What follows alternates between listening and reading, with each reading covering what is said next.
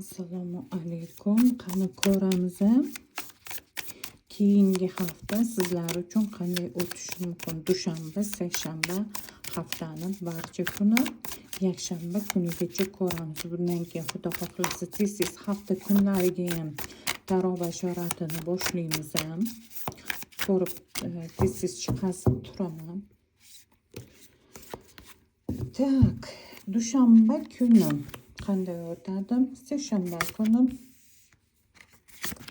chorshanba, payshanba kuni, juma, shanba, tak, shanba va yakshanba. Karta maslahati oxirida. Siz qanaqa energiyada bo'lasiz? Siz qanaqa energiya bu? Hafta kunlarini energiyasi. Siz qanaqa energiyada bo'lasiz?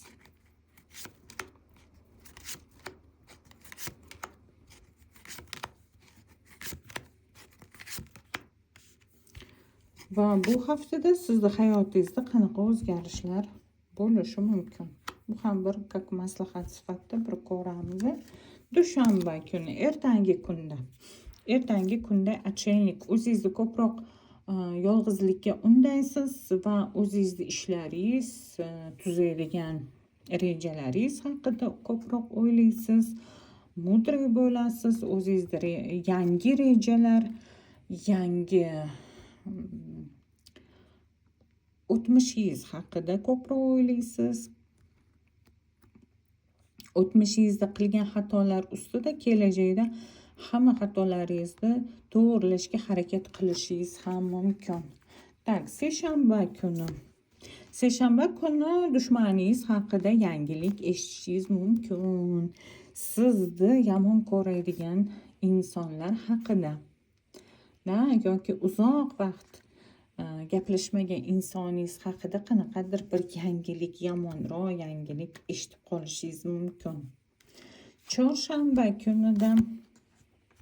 Chorshanba kunida siz ko'proq kunduziga emas, kechqurungi energiyangizni qaratasiz va siz pinhona kimnidir juda ham ko'p o'ylashingiz mumkin. Erkak kishi haqida o'ylashingiz mumkin yoki u erkak haqida siz yangilik eshitishingiz mumkin. Yoki sizni hayotingizga erkak kishi tarafdan yangilik kirib kelishi mumkin. Qo'ng'iroq, xabar kelishi mumkin. Payshanba kunida poyezdka, yo'lga, safarga chiqishga juda ham omadli kun. Agar safarga chiqmoqchi, dam olmoqchi bo'lsangiz, oilaviy hordiq, tabiat qo'ynida hordiq chiqarmoqchi bo'lsangiz, juda ham ajoyib kun. Juma kunida ko'ramiz. Juma kunida yana o'zingizni ishga energiyangizni qaratasiz. O'zingizni uydinение, ya'ni tashqi olamdan, tashqi hayotdan o'zingizni uzoqroq tutasiz. O'zingizni energiyangizni ishlaringizga va rejalaringizga qaratishingiz mumkin. Shanba kunida ozgina ikkilantirib qo'yadigan yangiliklar kelishi mumkin. Bir qarorga kela olmaydigan harakatda bo'lasiz. Bir qarorga kelishingiz nimagadir, bu ikkita fikr, ikkilanadigan holatda bo'lishlaringiz mumkin. Bozor kunida, yakshanba kunida. Yakshanba kunida o'zimiz bilamizki, oilaviy, balki sizni og'aylaringiz, qarindoshlaringiz uyingizga, xonadoningizga kelishi mumkin. Eng yaqin qarindoshlar, yaqinlaringiz bilan uchrashuv. Lekin sizni shularning ichidan kimdir ko'p jahlingizni ham chiqarishi mumkin. Bularga e'tibor bermaslikka harakat qiling.